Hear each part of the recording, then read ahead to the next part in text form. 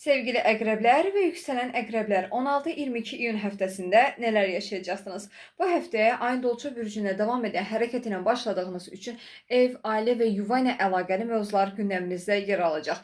Gözləmədiyiniz anda evinizə sürpriz qonaqlar gələ bilər və Marsın qız bürcündə hərəkət etməyə başlaması nəticəsində bu həftə yeni insanlarla tanış ola bilərsiniz. Təşkilati işlərdə, dəvətlərdə və dərnəklərdə aktiv şəkildə bu həftə iştirak edə bilərsiniz. Sosial media üzrə faydalı kontentlər yarada bilərsiniz. Sevgi münasibəti yaşayan əqrəb bürcləri bu həftə sevgi münasibətlərində fikir çatışmaları yaşaya bilərlər. Diqqətli olmağa çalışın.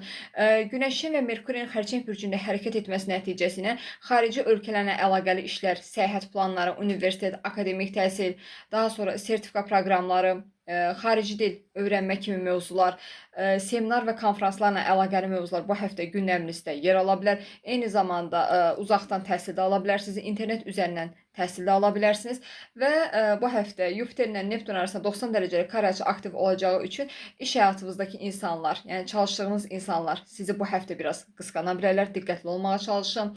Yuxusuzluq kimi hallar yaşaya bilərsiniz və ən əsası da bu həftə qarşınıza səyahət fürsətləri çıxa bilər.